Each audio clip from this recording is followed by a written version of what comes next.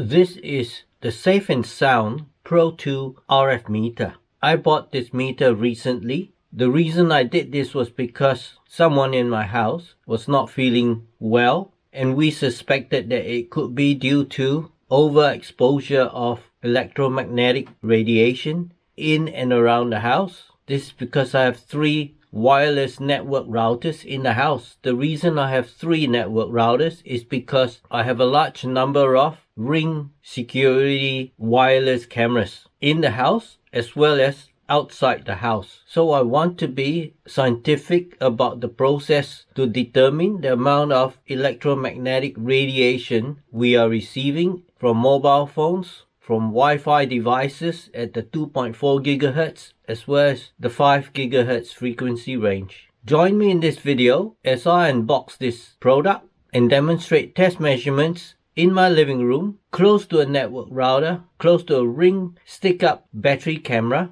and come to some conclusions about the Wi-Fi radiation in my living room.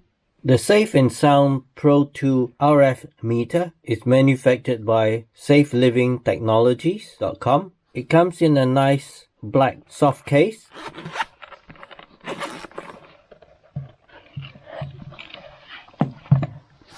The product itself sits on the right hand side of the case, and on the left hand side there is a user manual. There is a quick lookup card table showing the 4 categories of electric, magnetic as well as radio frequency power ranges. So the green column, no anomalies. The yellow column is for slight anomaly. The orange column is for severe anomaly. And the red column is for extreme anomaly. The Safe and Sound Pro 2 is a broadband RF meter. It only measures RF radio frequency and does not measure AC low frequency. On the reverse side of the card, it gives a table translating microwatts per square meter reading against volts per meter reading. It also has a table showing common frequency ranges emitted by various devices such as baby monitor, Bluetooth, cell phones, 5G phones, DECT phones, FM radio, microwave ovens, electricity smart meters, TV towers, digital TV towers, Wi-Fi routers, as well as WiMAX devices. There is another card provided. This card is a certificate of calibration. It says approved September the 3rd, year 2022. The product has a 2-year manufacturer's warranty. The user manual states that the full frequency response for this device ranges from 200 MHz up to 8 GHz. However, it also states that a true plus or minus 6 decibel response is from 400 MHz up to 7.2 GHz. The bullet points here provide a lot more technical specifications for the device. And you will see on the device there's 1, 2, 3, 4 LED lights that will indicate slight, that indicates moderate, that indicates high, and that indicates extreme RF power detected. In the manual, a green solid light is for slight and is described as good for sleeping areas and long-term exposure. If this green light flashes, it indicates that's the best and ideal condition, but I suspect that will be very rare unless you visit a forest. The next light is yellow for moderate power detected. The action to take is to reduce long-term exposure at this level. The next light is orange for high RF power detected. The action to take is to try to limit exposure at this level. The next light is red for extreme. The action to take is to move away from the RF source for this exposure. If the red light flashes, it indicates more than 10 times extreme measurement. If the red light flashes fast, it indicates more than 100 times extreme measurement. When this device is turned on, the display screen will show 3 RF measurements. It will show a peak, which is the maximum instantaneous signal level. It will show max, which is the highest measured peak value from the time that the device is turned on. And it will also show the average power density, but that measurement It's not very useful, especially where the RF signals are pulsed on and off. You can download a copy of this user manual from the manufacturer's website. There is a chart illustrating what the three power measurements are. So power amplitude is on the vertical axis, time is on the horizontal axis. So imagine there's a pulse signal whose amplitude is given by the blue lines, and because it is a pulse signal, it transmits for a very short period of time and then switches off, and then it transmits again. It's a bar chart. What that means is for each pulse detected by the meter, it shows the peak of that pulse at the same time. From the time that the device is turned on, the maximum value indicated is the maximum of all the peaks that have been detected. Lastly, the average is just a simple average of all the signal pulses over time. And because it is a pulse transmission, there are times when there are gaps, meaning no transmission. So the average is usually very low. As a background, the manual says biological damage from microwave radiation at a cellular level occurs at levels much lower than the current government safety standards. They only consider the heating of tissue to be a health concern. This meter reflects the latest science and building biology standards. Environments with a high levels of RF are often a reality now. The goal is to reduce your exposure as much as possible. This is especially important in sleeping areas. On the back of the manual, it shows you the tested frequency response for the device, and it also sets out the thresholds for the different LED light indicators. The device uses two AA batteries. There is a speaker located in the front of the device. With the speaker turned on, battery life is expected to be up 15 hours. With the battery turned off, battery life is expected to be around 18 hours. So this is the device. At the back of the device, if I slide the cover off, is the compartment for two AA batteries. The device can be turned on with this left switch. Bottom position is off. Middle position is to turn it on without the speaker activated, and the top position is to turn it on with the speaker activated, and I can change the volume of the speaker from low to medium to high. So let me turn this on without the speaker. It is indicating RF detection in the high range.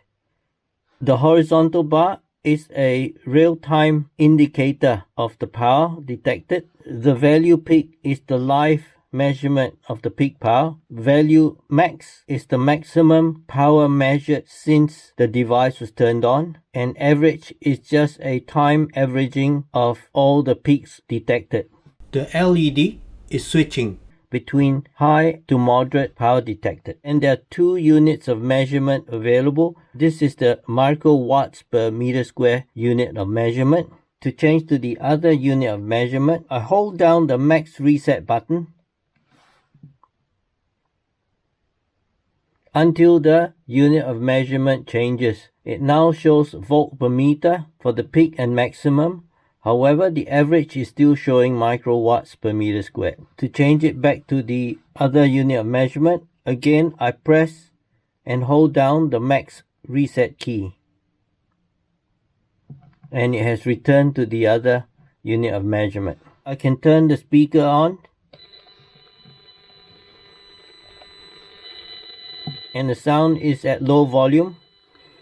If I turn the volume up to medium, it gets a little louder, and if I turn the volume up to high, it certainly gets a bit louder. I'll switch off the speakers so that you can hear me. When the device is first turned on, the display will show the battery strength as well as a self-calibration.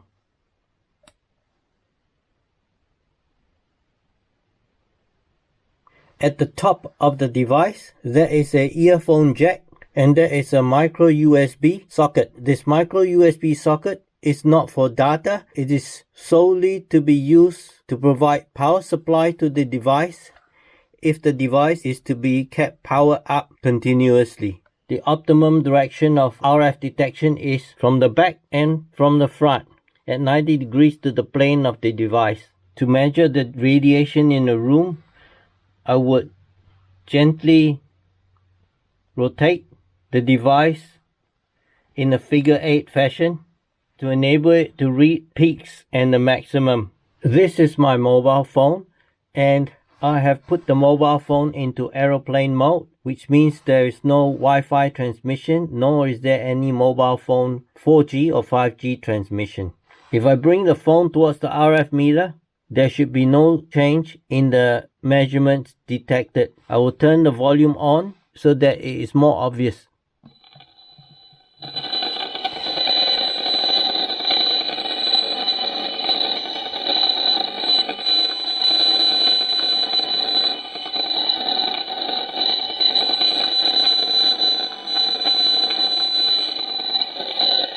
I have now turned the Wi-Fi on the mobile phone on, but the mobile phone 4G transmission is still off. And you'll notice that the extreme LED light is now flashing. And if I bring the phone nearer to the RF meter, this will flash faster and you'll be able to hear the difference in the sound as well.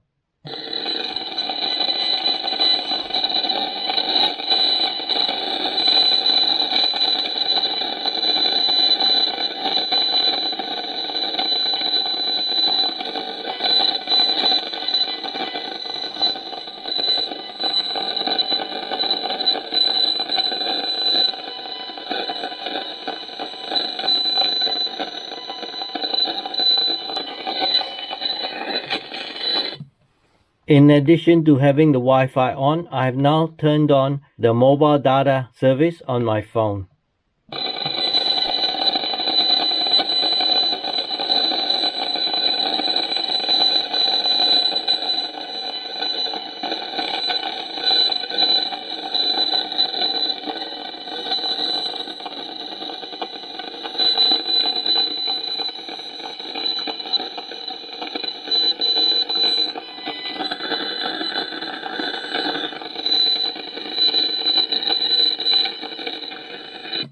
I have switched the aeroplane mode back on my phone, so Wi-Fi and mobile phone service is turned off. And you can see the light is no more on extreme, but generally it's in the high range. For this part of the test, I'm in my living room. I've mounted the Safe and Sound Pro 2 RF meter on a stand. It is located very close to where I would sit on the sofa at night watching television. I have put the RF meter at this location in order to measure the strength of the 2.4 GHz Wi-Fi signals coming from 3 Ring stick-up battery operated cameras I have installed in my backyard. There is one in that direction about 10 meters away. There is one directly behind in that direction about 15 meters away, and there's one in that direction about 20 meters away. In the forward part of the house, there are 2 network routers. I also have 4 other Ring indoor AC powered cameras around the house, but I have presently shut the power off to them so they do not radiate any Wi-Fi signals. So for this test, I'll be measuring the RF signal strength with the 3 Ring cameras in the backyard powered up, and then I'll go outside and remove the batteries from all 3 cameras and come back in and take the measurement again. Hopefully, ceteris paribus, all things being equal, I should be able to measure what impact the 3 Ring stick-up battery cameras generate in terms of 2.4 GHz Wi-Fi signal strength received at this position. So to start the test, I will turn it on. I will turn the sound on now and put the sound on high.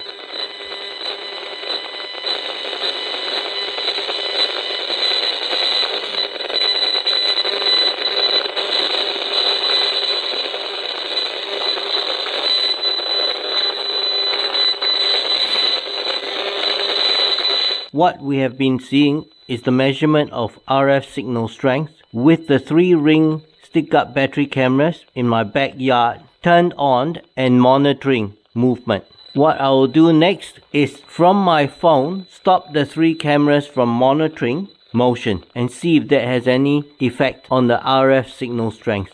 As at this point in time, all the 3-ring stick-up battery cameras in the backyard have stopped monitoring motion. They would still be generating Wi-Fi signal to keep in touch with the network. So as far as I can tell, the RF signal strength still oscillates between high and extreme.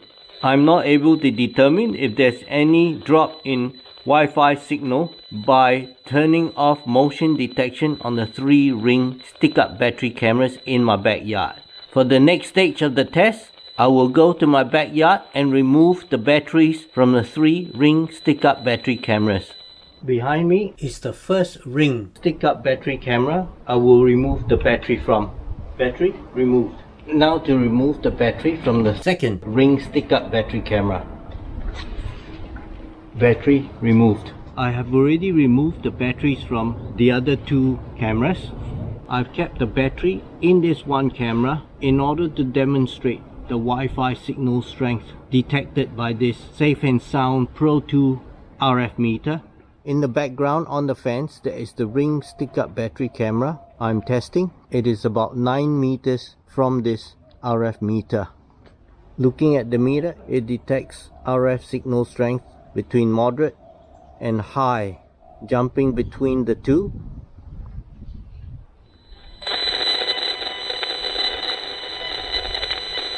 But generally staying in the moderate range. I will now move closer to the ring camera and see what the RF signal strength reading is. The RF meter is now about 5 meters away from the ring stick-up battery camera. Although the LCD display is refreshing very fast, it's not possible to read the numbers. Nevertheless, it still shows between moderate and high reading. The RF meter is now located 1 meter away from the ring stick-up battery camera. Again, even though the display is refreshing too fast to read, nevertheless, the LED light, it stays on the extreme much of the time, although it can drop to the high. And if I move even closer to the ring camera, you'll see the extreme LED light starts to flash, indicating a stronger signal.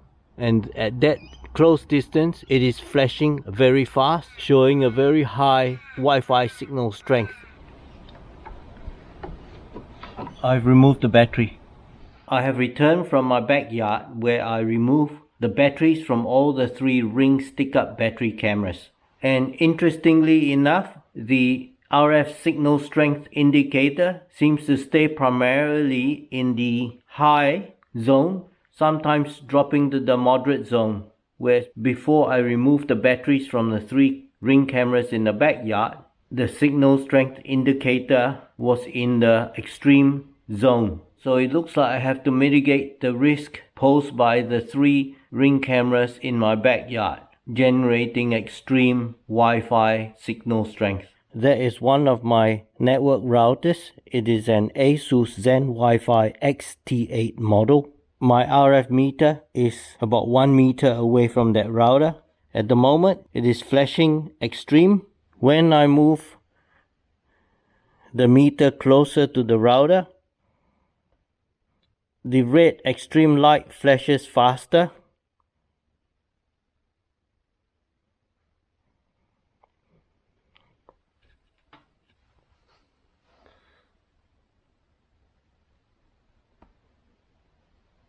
And now about 200 millimeters away from the router, it is flashing even faster.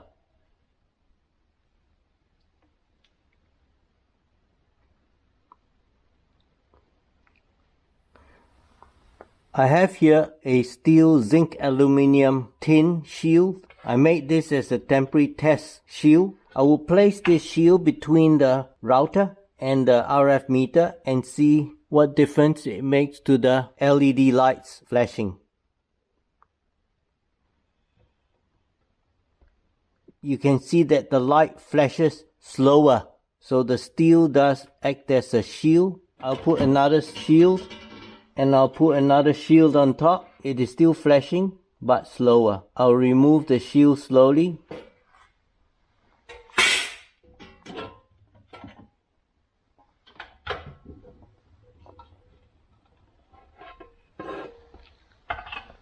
And it's gone back to flashing very fast. So it is not good for health reasons to be very close to network routers or devices that continually emit Wi-Fi. Well, I do hope you found this video interesting and informative. Do hit the like button and subscribe to my channel for more and help the channel grow. Thank you so much.